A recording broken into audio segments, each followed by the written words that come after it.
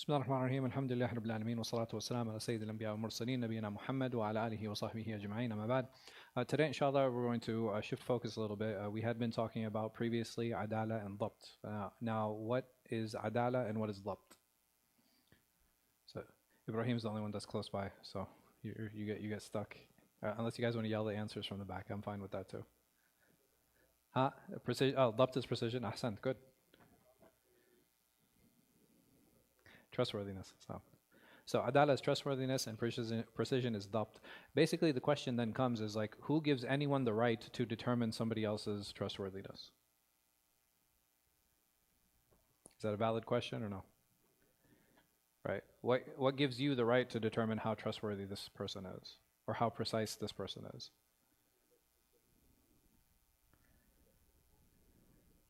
So why here when we talk about the Imams of Jarh wa Ta'dil, now Jarh means criticism, and Ta'dil is it's the opposite. What is the opposite of criticizing? Praise. Right. So the scholars are scholars of criticism and praise, and they're not criticizing them for like. Did they criticize them about like being good or bad Muslims? No, right? That wasn't the goal. The goal was to criticize or praise them for what? Right? If these people are eligible narrators or not, right? Are these people capable of carrying forward the statements, actions of the Prophet Muhammad sallallahu alaihi wasallam? That's it. That's what these individuals did. That's what these imams did. Now, how do we determine who an imam is? Right? This is something that's really important. How do we actually determine what an imam is, who an imam is, what gives these individuals a right to do that?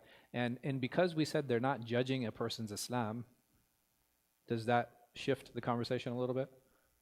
Because judging a person's Islam, who has a right to do that? I do, like as the imam. No, only Allah subhanahu wa ta'ala, absolutely. So only Allah subhanahu wa ta'ala is the one that judges the individual's Islam. Over here, if we're judging certain criteria, like for example, a doctor, what does a doctor judge? Right, he judges your health. Can somebody say, oh, like what gives him the qualifications to judge my health, right? You know, there are certain markers that people look for in whatever field it is. Like even if a person comes and he'll tell you like, okay, this is what's wrong with your car. That person is most likely a mechanic. And there are certain skills, there are certain things that he has trained himself to look for in order to judge if this car is roadworthy or not. And it's the same thing with a doctor. There are certain things that he will judge and there are certain things that he will look for to determine if this person is healthy or not. And it's the same thing here. When we talk about Jarh wa Ta'dil, when we talk about these imams, again, they're not judging an individual's Islam. They're judging whether this person is a reliable or unreliable source or unreliable narrator. And this is something that's really important to keep in mind. And again, Jarh wa Ta'dil, this is a very important knowledge that studies what?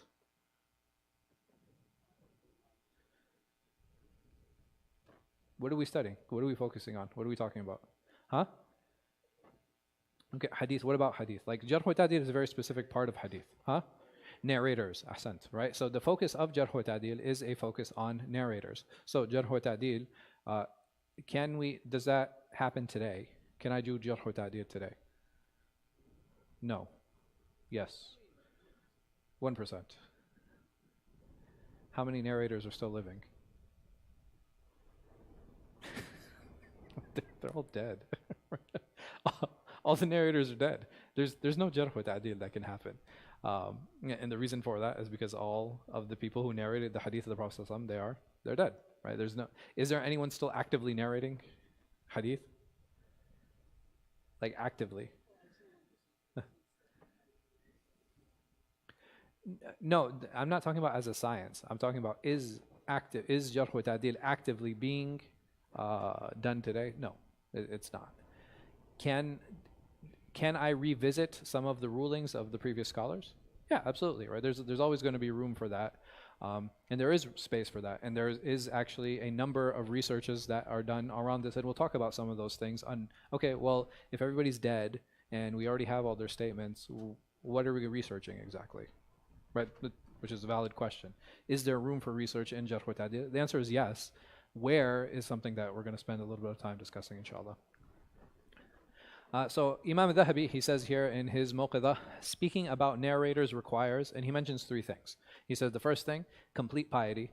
Secondly, an absence of desire and inclination. And thirdly, a detailed knowledge of hadith, their defects, and its men. What do you guys think about these conditions? Reasonable? Unreasonable? At the time? I mean, he's later. Do you guys know when Dhahabi died? He died 748, so he's like much later. He's not actually considered a naqid, he's considered a naqil. What is the difference between a naqid and a naqil? You guys know? A naqid is a critic. A naqil is somebody who relays information. So the most that Imam al-Dhahabi could do is what? Relay rulings of previous scholars. He couldn't actually make a ruling on those individuals' narrators. And the reason, we'll talk about the reasons for that. But he says here that these are the three things, and he's one of the most well-read scholars in Islamic history on Jarh wa Ta'dil and the science of hadith. So if we go back to a lot of his works, a lot of his books, like he has Al-Kashif, he has Al-Mizan, right? He has a number of works. He has Al-Mawqidha here for his, in Ulum al-Hadith. He's written a number of works on this specifically, like on narrators. He has a agreement with Imam Hakim's Mustadrak. So Imam Hakim, he wrote this collection. He has this collection of a hadith, and there are hadith that Imam al-Dhahabi, he would either agree with him or he would disagree with his rulings on. So he was a very famous hadith scholar. Very, very well balanced, huh? Yeah. I mean, here the information is established, right? You know, in even here by this time the science is pretty well established. It's pretty well settled. I'm sorry.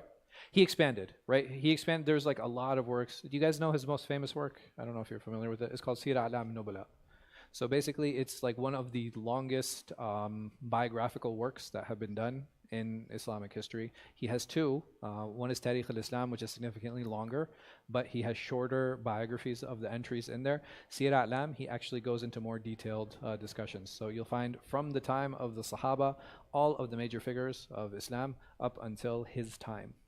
Up until his time, he had written, it's like, I think it's like 50 volumes or something. His Tarikh al-Islam is much longer. Yeah, it's 748, man. It's like you're talking about 748. We're in 1444 now, so you're talking 700 years ago exactly. What was going on 700 years ago? In the 12, what was it? No, 1300s. So anyway, this to give you a time frame of what was going on, what was happening at the time. So this Imam al-Dhahabi, he said after his reading and after his collection of these things, I'm sorry, can you close that door, please? After his reading and after his discussion, he came to this conclusion. He's like, these are the things that I see in these scholars. I see complete piety, I see an absence of desire and inclination, and I see a detailed knowledge of hadith, their defects, and its men. This is his personal summary of what he saw in the scholars of, in the Imams of Jarh wa Ta'dil. So here, how do we know this is the case? How do we know that these individuals actually had this piety? How do we know that these individuals actually didn't have this inclination? How do we know that these individuals had this detailed knowledge? And we can say that this happens in two ways, right? There are two ways to figure this out. There are two ways to determine that these individuals actually were who they claim to be. One way is through the books that this person authored in the science. So if an individual writes a book on something, writing a book, and that's something that even in modern times, what happens when you write a book? Right, you publish it for sure, right? You publish it. People in the same field now, they're going to go and what? They're going to go read it, and they're going to go look at it. And then they're going to say what? Right, they're going to say the book is good or not. Even Imam Bukhari, what did we say? That like one of the reasons that it took such a high standing was because what? Right, the other contemporaries, other Imams, they're like, man, this is an amazing work. And the moment when you have recognition from people in the field, then that brings up the value of that work or of that book. How many books do we know that are published every single year? Right, there's like millions, like literally. There's like millions of books that are published every year. How many of them actually receive recognition? Very few. Why?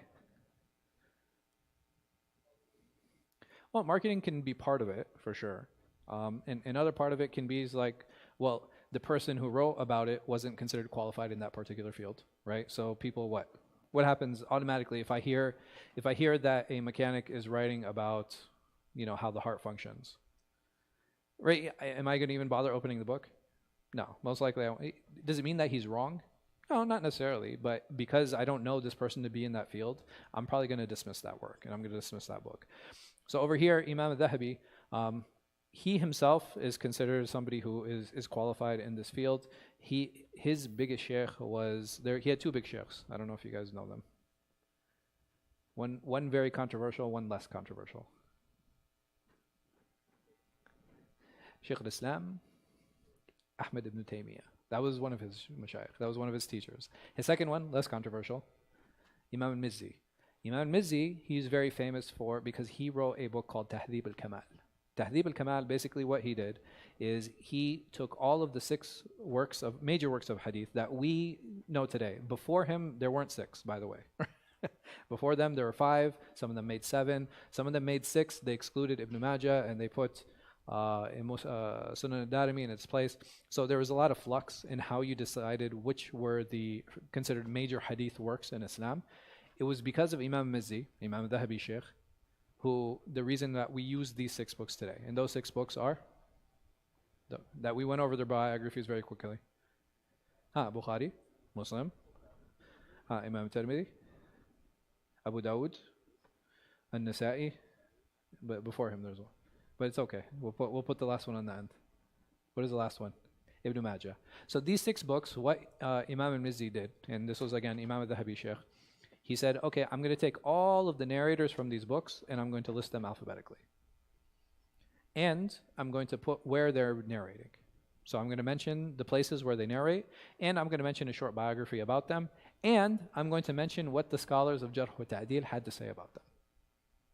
So this was a very, very fundamental book, right? It's a very important book that was done because he categorized and he organized a lot of these. It's very easy. If I want to find out about any narrator, if I'm reading Sunan Nasa'i or if I'm reading Sunan Ibn Majah and I find a narrator, what is one of the books I can go back to?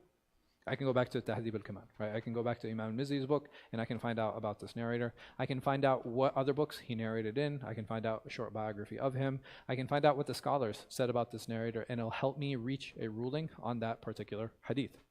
So one is through the books that this individual authored. What is the second way that I could find out about someone? What if he doesn't have any works and he hasn't written anything?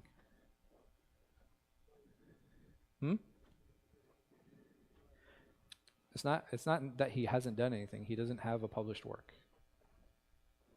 How else can I find out about this person, about this imam?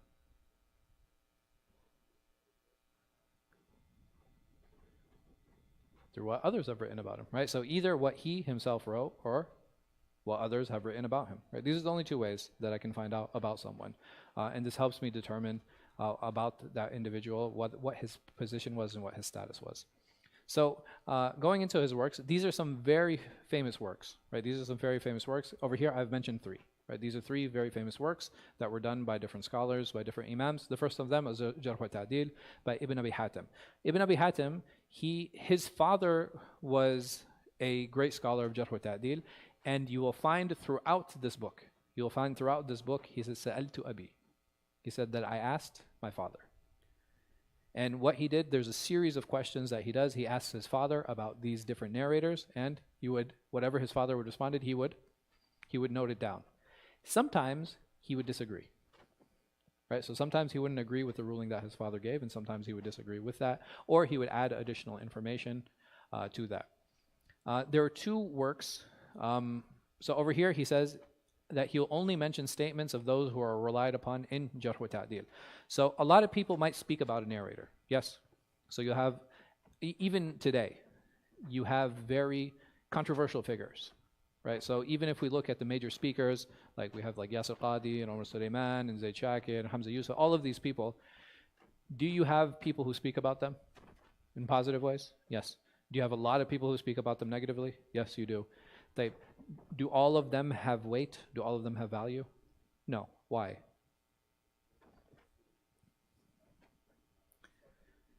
He might not be qualified, right? So even the thing is like, I don't want to say, I'm not using the word right in the way that like everybody is,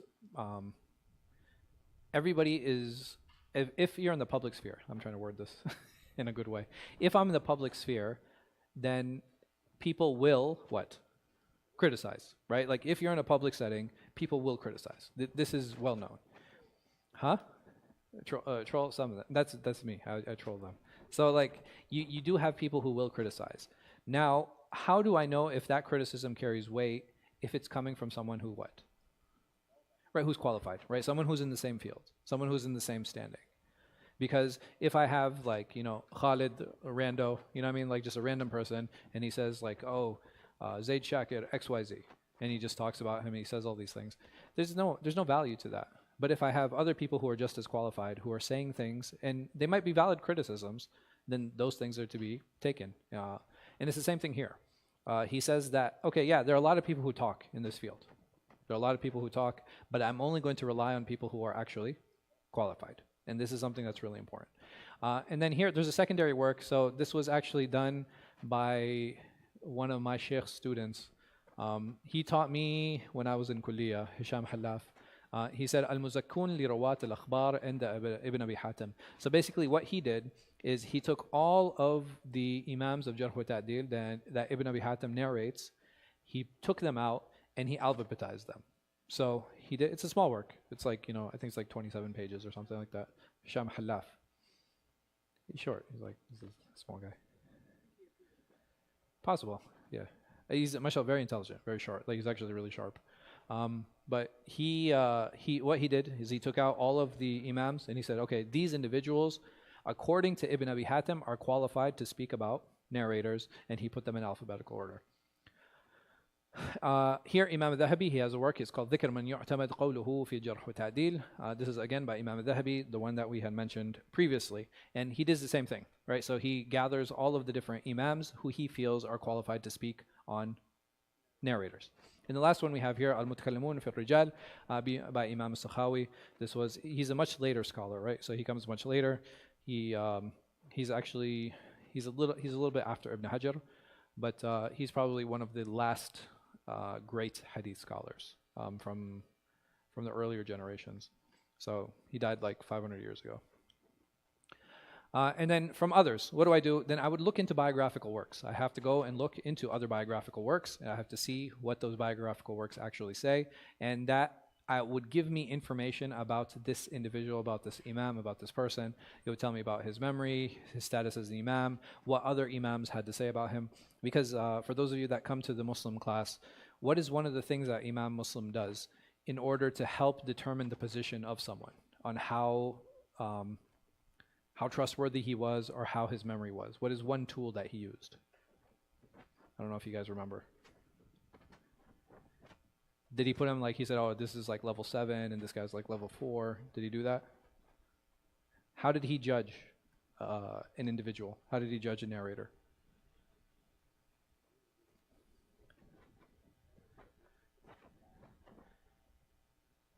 He would compare them. So he would say, so-and-so is not like so-and-so in terms of health.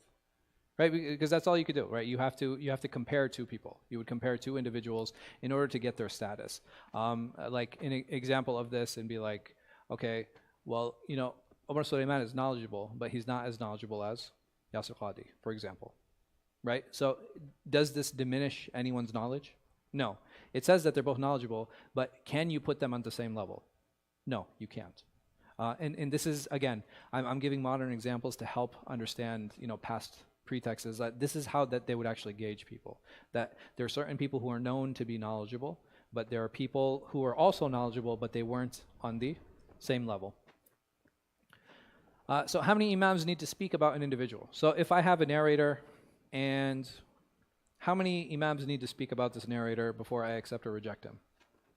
Huh? Well, the more the better is a good statement, but how many? But here we're talking about need. What's the minimum? What do you think? Yes, there is. 2? Anyone else? 1 or no? None? No. None. It would just be unfair, right? Like everybody's written off. We would have no hadith. 1. Yeah. Got it? MashaAllah.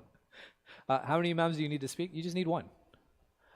Obviously, this is So if this person is ahl, right, if he has all the academic tools and he has the integrity to do so, then his statement is accepted, right? All I need is one imam.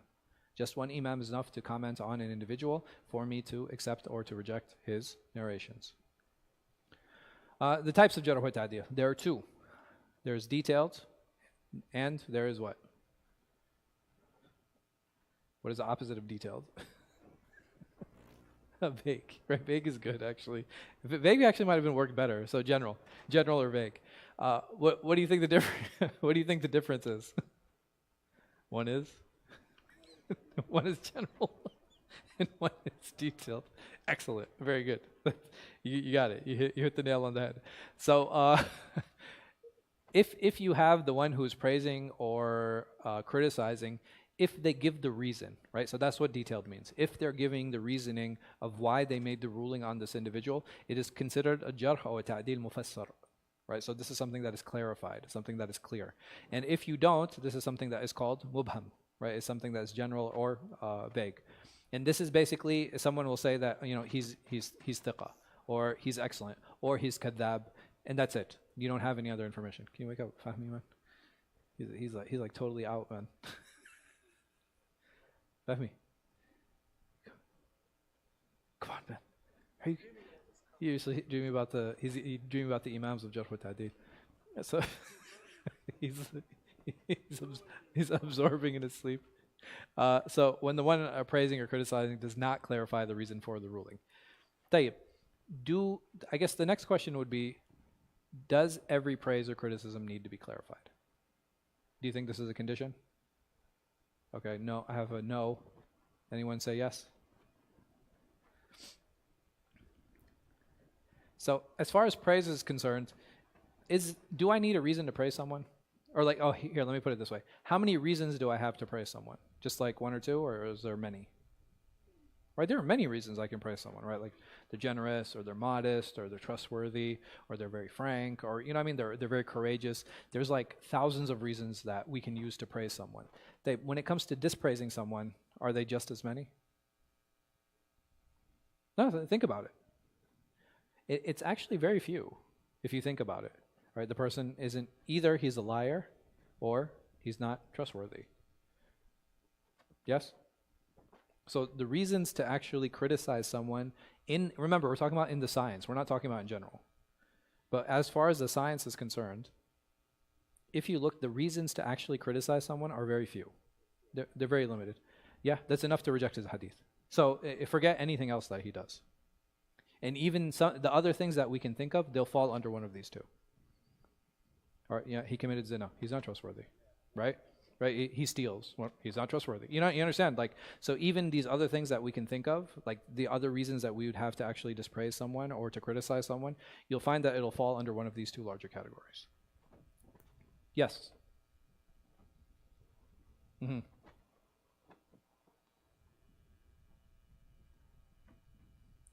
Yeah. So again, when it comes, this basically he's saying that this person is as objective as possible. That's all. Because the reality is like, is there anyone who's like completely free of desire? And he's talking about as someone who is objective within the confines of the science. Imam al-Nasa'i, what did we say about him? I know like all of you remember this. I don't know why. What did we say about Imam al-Nasa'i? He had 4 wives and he used to eat a chicken every single day. Right, he loved chicken, man. He loved his chicken. Chicken was available, man. Actually, rice, I think, was introduced like during the time of the Tabi'een. It was relatively early. No, not these things. Like, so rice is not known to the Arabs, right? It's not an Arab thing. It's an Asian thing. It was classically bread, bread, wheat, flour. These things were these are very Arab dishes, cuisines. Rice is something that came later. But I think it came like relatively early. Chicken was there. So like we said, that a general praise is reason enough. So if, for example, you have scholars who say, and he's thiqa, right? His hadith are accepted. That's it. You don't need to question any further on why his, well, why do we accept his hadith? No, there's no reason to actually explore that. So as for criticism, then the reasons for a person being criticized, we actually said are very specific, right? There are very specific reasons for a person to be criticized. But is the reason needed? So if I have a scholar that says matruk al-hadith, his hadith are abandoned, does he have to give me the reason of why his hadith are abandoned? Hmm. How are we giving this person a chance? Well, what reason has our hadiths been abandoned? Yeah, so a 1-star review with no comment. Well, a 5-star review with more comment, I would trust more, right? But the 1-star review with no comment, I'd be like, okay, but why? Right? There's no parking. I agree. I agree 100%. But I'm saying even then, both general praise and criticism are accepted when there's no. This applies when there's no difference of opinion. Meaning that if there is a narrator and there is a difference of opinion regarding that narrator, then I need what? I need a specific reason. Right? It's not enough. Why? Why? Because it's possible that there are other factors that caused that imam to make jarh or to criticize that particular narrator. But if there's no difference of opinion, then it's okay. Then if an imam says matruk al-hadith and everybody says that this person is abandoned, then what do? I abandon his hadith. It's like getting like 20 1-star reviews. Right? At that point, I might want to be like,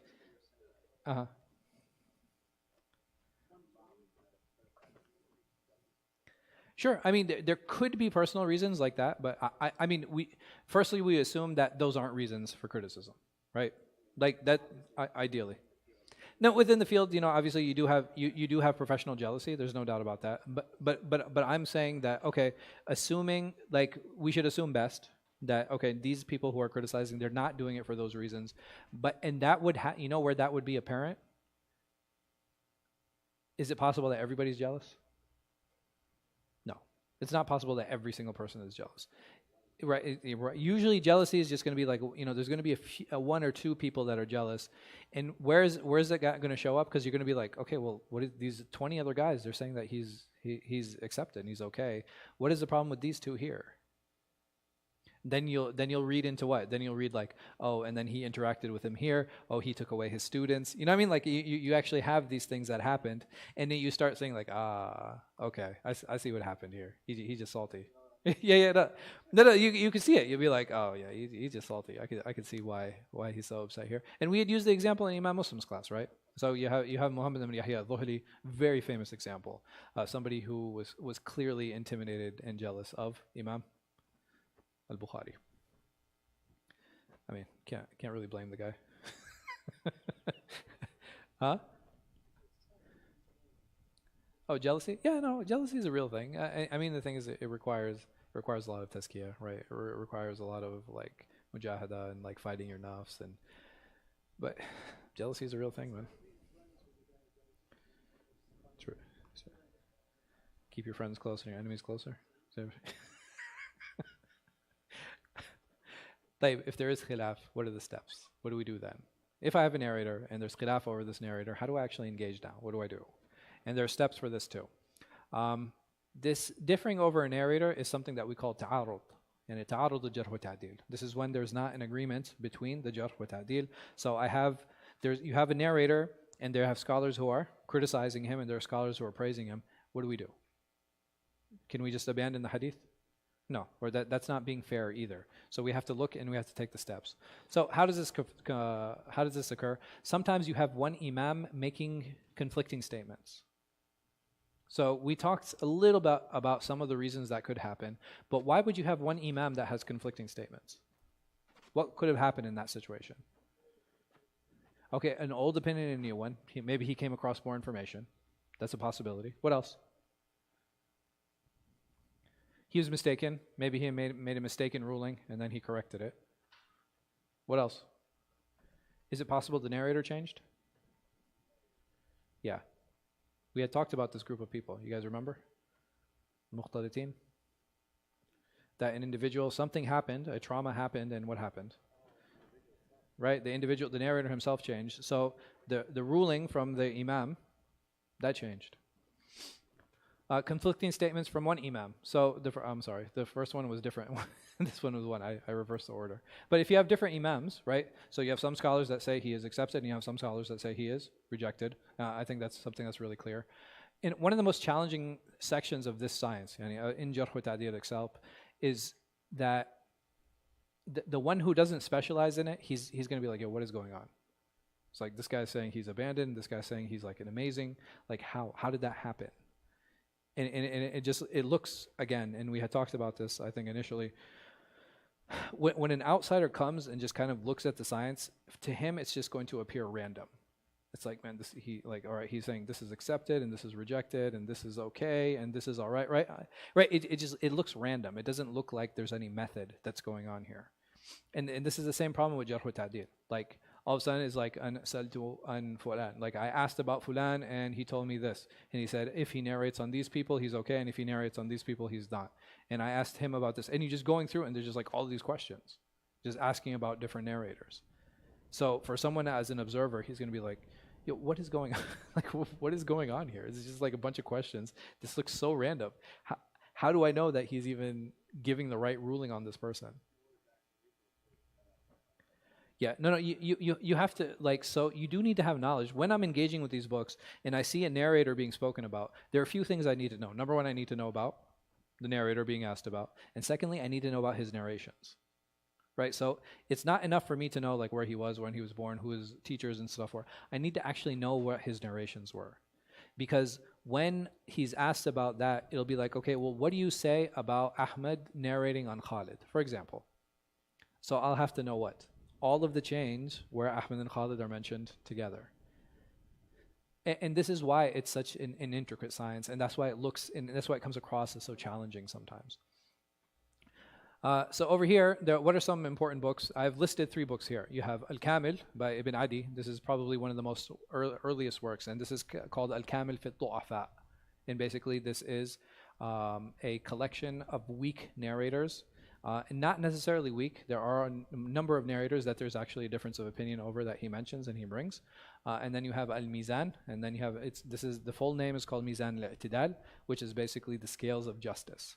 And what Imam al-Dhahabi does in that work is he brings all of the different narrators and he'll talk about the Jarh, and he'll do the Ta'deel also. So he'll say all of these scholars praise him and all of these scholars criticize him, and this is these are some of the statements that they have. And last one, Lisan al-Mizan. Lisan al-Mizan was the latest work that was done.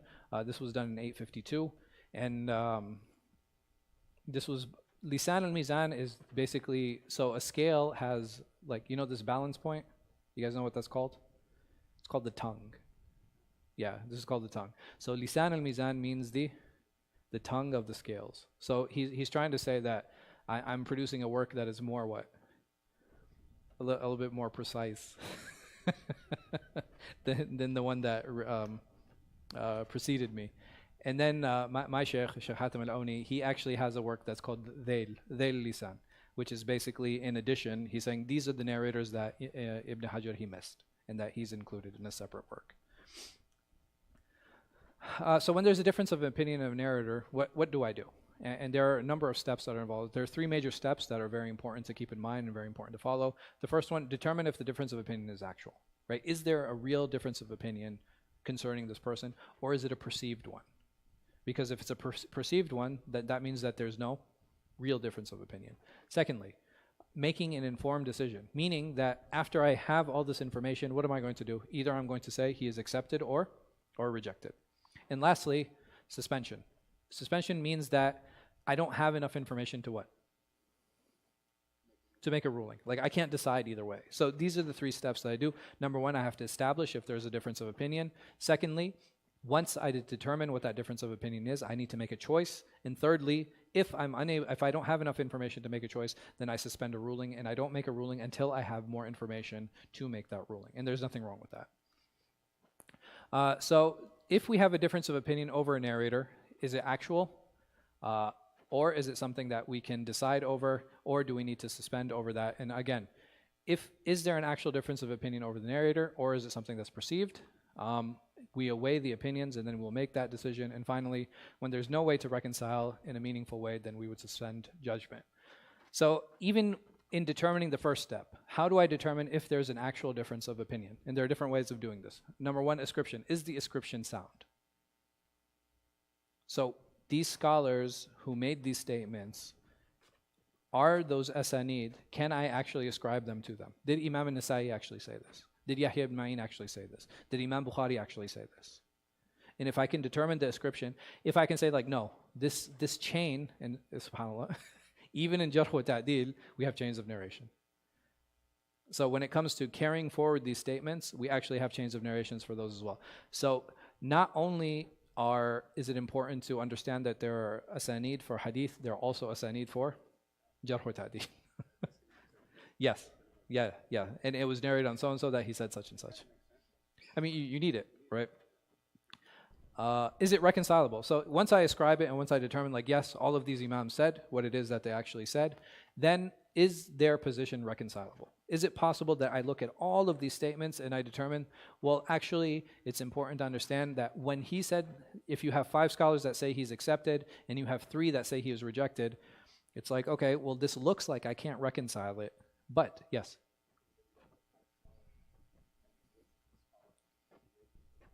Sure. So the weight of the scholar is something that's really important. If I have 5 mid-tier scholars say that he's good, and I have 3 high-caliber scholars that say he's rejected, what do?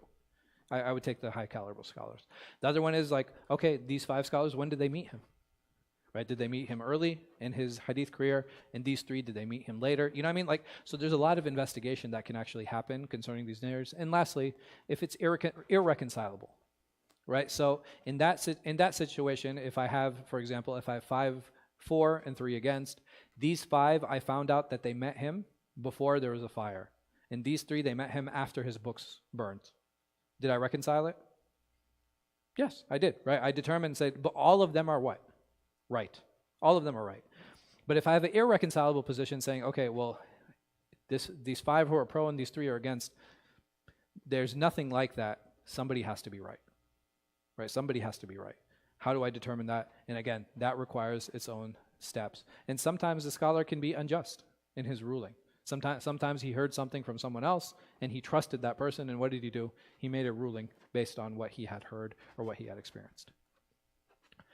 So we're just going to talk about this first one today, inshallah. So this is checking the ascription. So number one, the scholar himself. This person who is making the statement, is he from that list of accepted scholars or not? This is very important. It can't just be a rando, right? It can't be like just random person who's making the statement. The chain. Is this chain of narration concerning the statement about this individual, can it be verified or not? Is how the statement was relayed a mistake? So in that chain, did somebody make a mistake when they related? Or was the imam himself mistaken? When he made the ruling, is it possible that he made that mistake? If he dispraised that person for an unacceptable reason, then that statement would be rejected. Another reason, misunderstood. The statement of the imam was misunderstood. I'll give a very common example. Yahya ibn Ma'in, he said about someone, he said, huwa shaitan. What do you guys think that means? He is a shaitan. Do you think that he's praising him or dispraising him? Huh? I'm saying superficially, what does it look like? It's dispraise, right? This looks like a criticism. He wasn't. He was actually praising him. He's saying this guy is so intelligent. He's got to be a shaitan. Yeah. Huh? Yeah. No. Like he's insanely intelligent, right? So that's the same thing. He's a shaitan. He's not saying it because he actually thinks he's evil. He's like, yo, this guy is like he's insanely intelligent. But someone who comes and reads it, what are they going to be like? They're like, oh, this narrator is what? Oh, he's rejected. He's a shaitan. Misascribed. So sometimes if you have imams sharing names, what's going to happen? You're going to think that this imam said it when in actuality it was someone else who had made that statement. Misapplied. Sometimes the mistake isn't in the imam, it's in the person who he is talking about. So sometimes there's a misapplication that's important to keep in mind. And lastly, the timeline. There's a difference between an early critic and a later critic, and we had talked about this. So someone who lived in the era of active narration, their statements are going to be much, much, much heavier than someone who's relaying those statements down the road. And this is something that's important. If I go back to the classical scholars, if I go back to Abu Hatim and Ibn Abi Hatim, Yahya ibn Ma'in, Sufyan al-Thawri, Ibn Uyayna, all of these major, Imam Zuhri, Imam Bukhari, right? If I go back to all of these major scholars, then if they speak about a narrator, what do? I trust it. But if somebody later comes and says something, I have to what? Then I have to research and I have to investigate. And Allah knows best. But we'll stop here, inshallah. Next time, inshallah, we'll talk about how to deal, like what are different ways that we can actually reconcile some of these statements. And Allah knows best. Wallahu a'lam wa sallallahu ala khairi khalqin, nabiyina Muhammad wa ala alihi wa sahbihi wa sallam. Inshallah, we'll continue with the tazkiyah class in about 10 minutes.